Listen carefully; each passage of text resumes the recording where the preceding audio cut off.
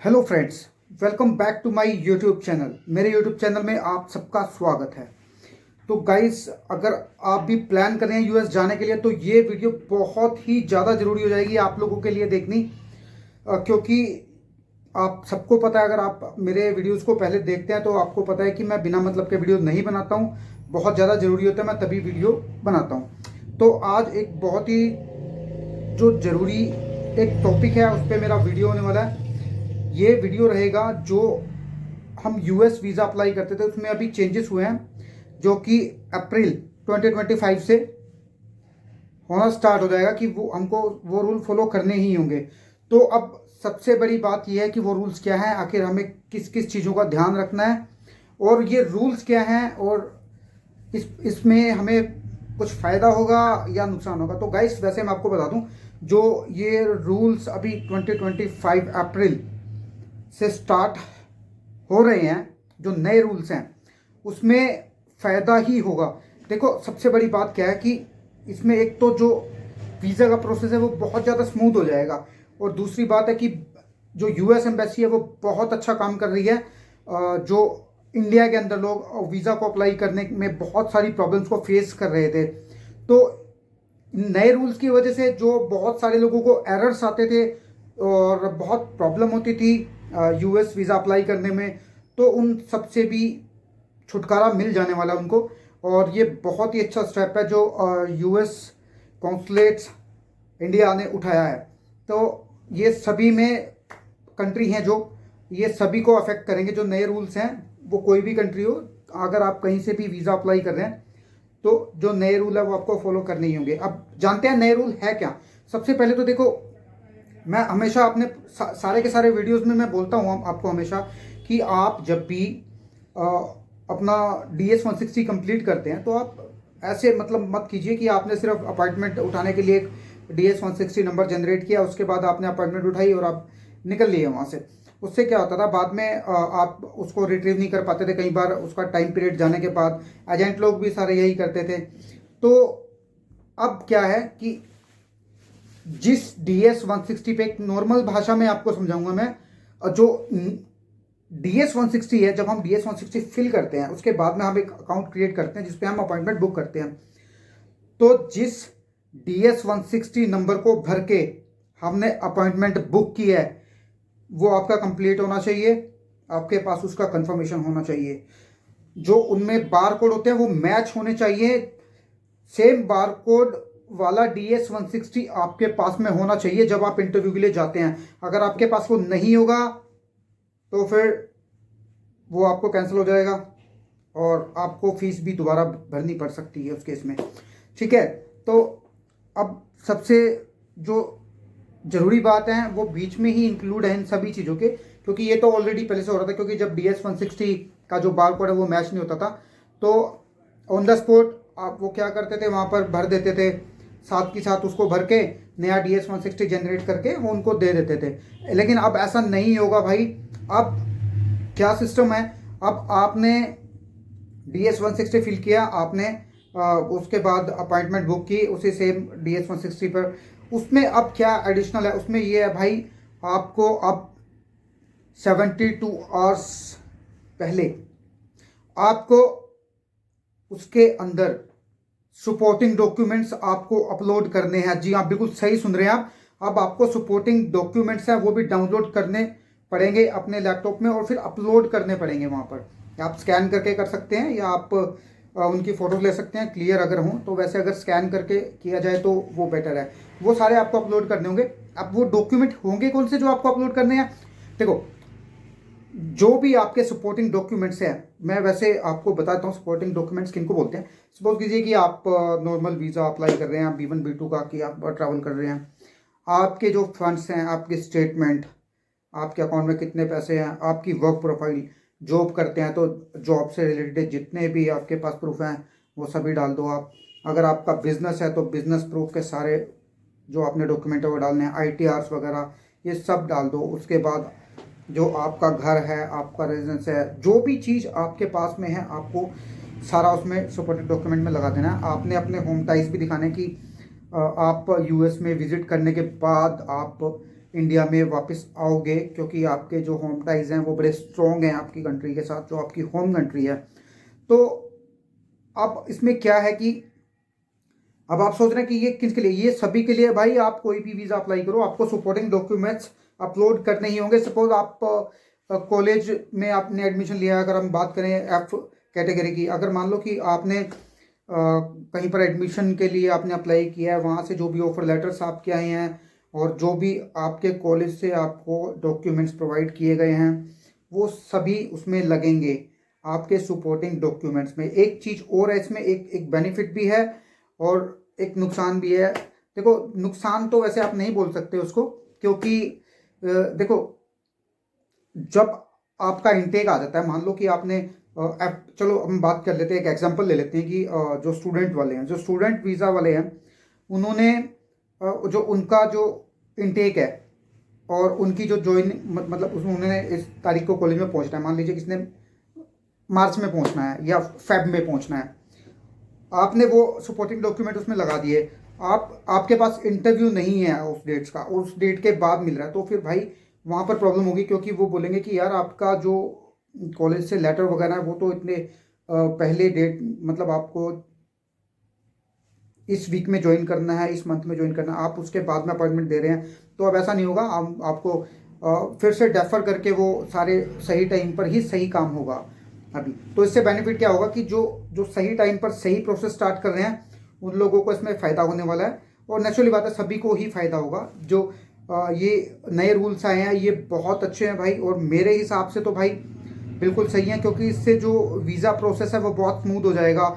जो visa apply करने के बाद के जो प्रोसेस हैं वो भी बहुत सारे प्रोसेस हैं, वो सब स्मूथ हो जाएंगे बिल्कुल, और डिले बहुत ख़त्म ही हो जाएगा लगभग, ये लगा लो आप। क्योंकि कई बार क्या होता था कि आप डॉक्यूमेंट्स, आपको एडिशनल डॉक्यूमेंट्स आपसे बाद में मांगते थे, फिर उनकी डिटेल्स होती थी, ये वो ब्ला ब्ला ब्ला, उसमें टाइम निकलता था काफ़ी। अभी क्या है कि अभी आपको जो सपोर्टिंग डॉक्यूमेंट्स है वो आपको पहले ही अपलोड कर देना है। और एक चीज़ और भाई जो कि बहुत ही ज़्यादा ज़रूरी है, आपने जो भी सोशल मीडिया अकाउंट आप यूज़ करते हैं, लास्ट 5 ईयर से यूज़ कर रहे हैं आप, वो आपको उनकी सारी डिटेल डालनी है कि आपने कौन कौन से सोशल मीडिया अकाउंट चला रहे हैं, ईमेल्स कौन से यूज़ कर रहे हैं, नंबर, ये सारी बहुत ज़रूरी चीज़ें हो गई हैं। तो ये आपको मैंडेटरी है, ठीक है, ये डिटेल आपको देनी ही देनी है। अब बात करते हैं कि जो लोग ऐसा नहीं करेंगे, देखो वो सभी चीज़ें क्रॉस चेक करेंगे अब, क्योंकि उनके पास डिटेल होगी 3 दिन पहले ही, आपके इंटरव्यू से पहले 3 दिन पहले, मतलब 72 आवर्स पहले आपने जो जो डॉक्यूमेंट्स सपोर्टिंग डॉक्यूमेंट्स में लगाए होंगे वो सारे क्रॉस चेक हो जाएंगे पहले ही, जिसमें क्या होगा कि आपका जो इंटरव्यू है वो स्मूथ हो जाएगा, उनको ज़्यादा मतलब सोचना नहीं पड़ेगा यस या नो के बारे में, ठीक है ना। तो अब अगर आपकी प्रोफाइल जेन्युइन है तो नेचुरली बात है कि आपके चांसेस बहुत अच्छे हो जाएंगे, अच्छे से इंटरव्यू दीजिए और जो सपोर्टिंग डॉक्यूमेंट है वो सही तरीके से लगाइए। अब अगर हम बात कर ले कि आपके पास, आपको किसी ने बुलाया, आपने ये सब जो सपोर्टिंग डॉक्यूमेंट्स है ये डिपेंड करता है आपके DS-160 पर। आपने जो अपनी प्रोफाइल क्रिएट की है DS-160 पर, सभी बिल्कुल सही सही और ट्रू इन्फॉर्मेशन होनी चाहिए उसमें, वो सभी चीज़ें आपने सपोर्टिंग डॉक्यूमेंट में लगाना। जैसे कि आपने अपने DS-160 में रखा कि आप किसी फ्रेंड को मिलने जा रहे हैं, या फिर आपके पास इनविटेशन है, फैमिली से मिलने जाना है, या कोई फंक्शन है, या डॉक्टर के साथ अपॉइंटमेंट है, जो भी डॉक्यूमेंट, जो भी चीज़ आपने भरी है उसका प्रूफ आपको सपोर्टिंग डॉक्यूमेंट्स में डालना है, चाहे वो किसी भी तरह का हो, चाहे वो डॉक्टर से रिलेटेड हो, चाहे वो आपका इनविटेशन लेटर हो, चाहे वो किसी भी पर्पज़ से हो। अब टूरिस्ट की बात करें हम, आप उनमें होटल बुकिंग डाल सकते हैं, ITR डाल सकते हैं, अपने बैंक स्टेटमेंट डाल सकते हैं, ठीक है, प्रॉपर्टी जो है आपकी, आप उसके डॉक्यूमेंट लगा सकते हैं। तो ये सारी चीज़ें आपको करनी होंगी, ठीक है, और ये अप्रैल 2025 से ये स्टार्ट हो जाएगा। और दूसरी बात ये है कि अब इसमें अगर एक चीज़ देखी जाए तो ये है कि जो लोग जेन्युइन प्रोफाइल वाले हैं अभी, उनको बहुत ज़्यादा बेनिफिट होने वाला है। और जो जो लोग गलत तरीके से वीज़ा अप्लाई करते थे और उल्टी सीधी इन्फॉर्मेशन भर देते थे कि मैंने ये किया है, मैंने यहाँ ट्रैवल किया है, मैंने वहाँ ट्रैवल किया है, मैंने ये किया, मैंने वो किया, और उन्होंने कुछ किया नहीं होता था, तो वो भी लोग ऐसे अप्लाई कर रहे थे, तो बड़ा कन्फ्यूज़न क्रिएट हो रहा था। अब ऐसा नहीं है भाई, 2 साल की आपने ट्रैवल हिस्ट्री डाल दो। वैसे अगर पहले की दिया तो सपोर्टिंग डॉक्यूमेंट्स में आप लगा दीजिए, डाल दीजिए। तो अब इससे बेनिफिट क्या होगा, जिनकी प्रोफाइल अच्छी है भाई, जो अच्छे खासी ट्रैवल हिस्ट्री जिनके पास में है, उनको बहुत अच्छा रिस्पॉन्स मिलेगा, क्योंकि उनकी प्रोफाइल जनरल है। और जनरल प्रोफाइल वालों के लिए बहुत अच्छी गुड न्यूज़ है भाई। जैसे आप जैसे ट्रैवलर, हम जैसे ट्रैवलर, हम जो जेन्युइन ट्रैवल करते हैं, हम जेन्युइनली ही घूमते हैं, और हमको प्रॉब्लम होती थी बहुत सारी, अब वो प्रॉब्लम सारी ख़त्म हो जाएंगी। ये बहुत अच्छा स्टेप था नए रूल्स के लिए। मैं सैल्यूट करता हूँ कि इस टाइप्स के रूल लेकर आई है जो यूएस कॉन्सुलेट संघ। ये सभी के लिए है भाई, सभी, लगभग सभी कंट्री में ये वैलिड होगा अप्रैल 2025 से। तो अभी गाइस आप समझ गए होंगे कि ये वीडियो बनाना कितना जरूरी था। अब मेन बात ये है कि आपने कैसे सिक्योर होना है भाई। देखो, सबसे पहले तो आपने क्रॉस चेक करना है जरूर कि आपने जिस DS 160 पर फीस आपने पे की है, कहने का मतलब ये है कि आपने DS 160 क्रिएट किया, आपने वो DS 160 अपने अकाउंट में डाला, जो CJ अकाउंट बोलते हैं इसको, जिससे हम अपॉइंटमेंट बुक करते हैं। आपने वो DS 160 नंबर वहां पर डाला, उसके बाद में आपका कैलेंडर ओपन हो जाएगा फीस भरने के बाद में, ठीक है। वही DS 160 नंबर, उन पर बारकोड भी होता है, वही आपके पास में होना चाहिए इंटरव्यू के टाइम पे, और 3 दिन पहले उसी DS 160 के अकॉर्डिंग आपके सपोर्टिंग डॉक्यूमेंट्स लगे होने चाहिए 3 दिन पहले, जो आपने अपलोड करने हैं। अगर ऐसा नहीं होगा या आप फेल हो जाते हैं, मतलब डॉक्यूमेंट अपलोड करने में, या कोई भी प्रॉब्लम आ जाती है आपको, तो आप तैयार रहें कि ऑटोमेटिकली वो रीशेड्यूल हो जाएगी। पता नहीं कब चली जाएगी अपॉइंटमेंट, कब की अपॉइंटमेंट हो जाए, वो कोई नहीं कह सकते भाई। कितना भी डिले हो जाए, वो समय बताएगा कि कितना डिले जाएगा। लेकिन ये बहुत अच्छा रूल है भाई, ये एक पॉजिटिव न्यूज़ है उन सब जेन्युइन ट्रैवलर्स के लिए जो जेन्युइनली यूएस को विजिट करना चाहते हैं या फिर जाना चाहते हैं, तो उनको बहुत बहुत फ़ायदा होने वाला है इस चीज़ से। अभी गाइस ये वीडियो अपने उन सभी दोस्तों को शेयर कर दो जो लोग प्लान कर रहे हैं घूमने के लिए, जेन्युइन प्रोफाइल वाले हैं। और गाइस मैं आपको ये भी बता दूं कि मैं कोई एजेंट नहीं हूँ, मैं सिर्फ एक इंफॉर्मेटिव चैनल मैंने बनाया हुआ है यहाँ पर। मैं जितनी हेल्प लोगों की कर सकता हूँ मैं उतनी कर देता हूँ, और जो न्यूज़ मुझ तक पहुँचती है, जो न्यूज़ मुझे पता लगती है, वो मैं आप लोगों तक शेयर कर देता हूँ। और मैं आपको थोड़ा बता भी देता हूँ कि आप किस टाइप से अपना काम कर सकते हैं, और मतलब अपना वीज़ा प्रोसेस आप किस टाइप से सही तरीके से कर सकते हैं। तो इस चीज़ में आप ऐसा मत सोचिए कि मैं कोई एजेंट हूँ या मैं पैसों के लिए काम कर रहा हूँ। नहीं भाई, मैं ठीक है, अगर आप मुझे बोलते कि भाई आप ये काम करो, स्पेशली आप टाइम निकाल के मेरे लिए ये करो भाई, मेरे लिए ये करो, देखो वो एक अलग बात है। लेकिन मुझे बहुत सारे लोग कॉल्स करते हैं, बहुत, मैं किसी से कोई पैसे चार्ज नहीं करता हूँ भाई इन चीज़ों के भी। तो जैसे कि आपने देखा होगा कि यूट्यूबर भाई मुझसे बात करनी है या मुझसे कोई सलाह लेनी है, इतने पैसे दो मुझे, ये दो वो दो, भाई मैं वो काम नहीं करता हूँ, ठीक है। आपके लिए ये बहुत ज़रूरी न्यूज़ थी जो मैंने आप तक पहुँचानी थी, और मैंने ये न्यूज़ पहुँचा दी है। आज का वीडियो थोड़ा सा लंबा इसलिए हो गया है क्योंकि ये कुछ न्यूज़ ही ऐसी थी। अब आप समझ गए होंगे कि आपने सपोर्टिंग डॉक्यूमेंट्स जो अपलोड करने हैं, वो अकॉर्डिंग टू योर DS 160, जो आपने आपके DS 160 में जो भी इंफॉर्मेशन फिल कर रखी है, आपके ट्रैवल को लेकर, आपके फंड्स को लेके, आपकी विजिट को लेके, आपने वो सारे डॉक्यूमेंट्स सपोर्टिंग डॉक्यूमेंट में अपलोड कर देने हैं। तो गाइस आज का वीडियो इतना ही। अगर फिर भी अगर आपके मन में कोई डाउट हो या आप कुछ पूछना चाहते हो, तो आप मुझे टेक्स्ट कर सकते हैं। और डायरेक्ट कॉल मत करो भाई, हाथ जोड़ के मैं बोलता हूँ यार, बहुत सारे कॉल करते हैं भाई, डायरेक्ट कॉल कर देते हैं, जिससे कि यार मुझे बहुत परेशानी आती है। क्योंकि जिन लोगों से मैं ऑलरेडी बात कर रहा हूँ, या मैंने टाइम दे रखा होता है ऑलरेडी जिन लोगों को, तो उधर क्या प्रॉब्लम होती है, तो यार उधर से डिस्टर्बेंस होती है। तो फिर आप समझदार हो खुद यार, सभी को होता है कि मुझे इन चीज़ों के बारे में पता लग जाए, या मेरी किसी भी हेल्प की ज़रूरत होती है। तो और गाइस अब मैं आपको एक चीज़ और बोलना चाहूँगा।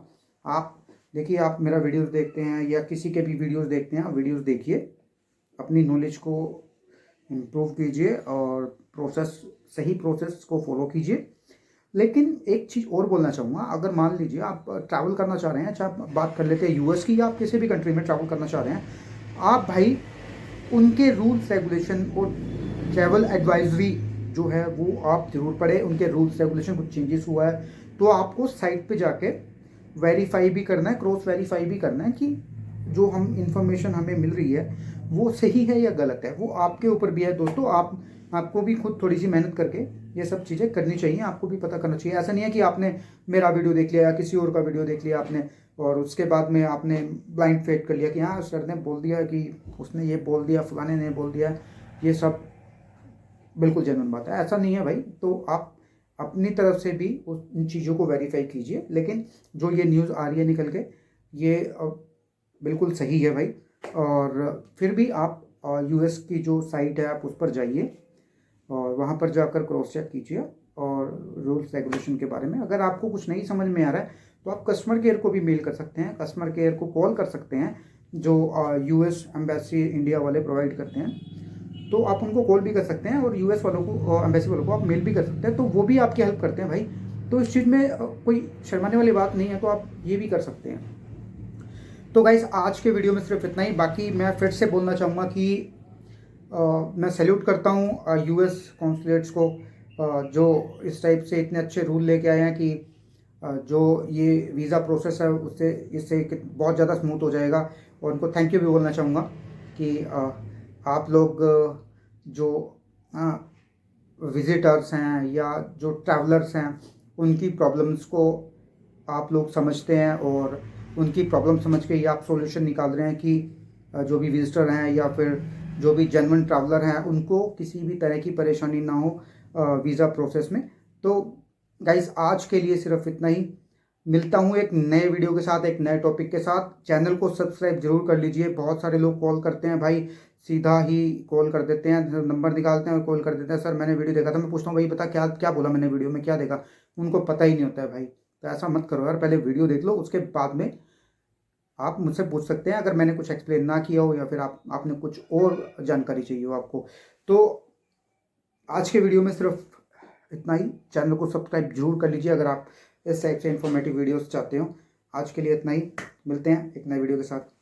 Thank you.